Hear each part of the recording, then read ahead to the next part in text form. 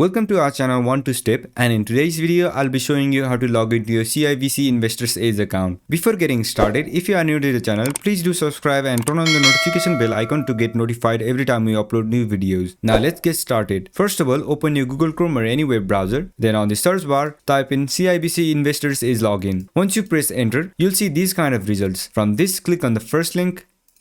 After that, you'll get to this page. On this page, you'll have to provide your login credentials like your user ID and your password. And if you are new to CIBC, you can register for a new account by clicking on this button. Once you have created your account, go ahead and enter your user ID.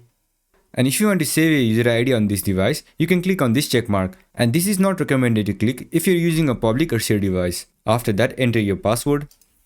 And if you want to recheck your password, you can click on this check mark and it will reveal your password. And in case if you don't remember your password, you can click on this link to reset it. Once everything is set, make sure you have entered your correct credentials, then click on the sign on button. Once you click on it, you'll be signed into your account. That's it for this video. I hope this video was helpful, and if it was, don't forget to leave a like, comment and subscribe, and turn on the notification bell icon to get notified every time we upload new videos. And I'll catch you on the next one.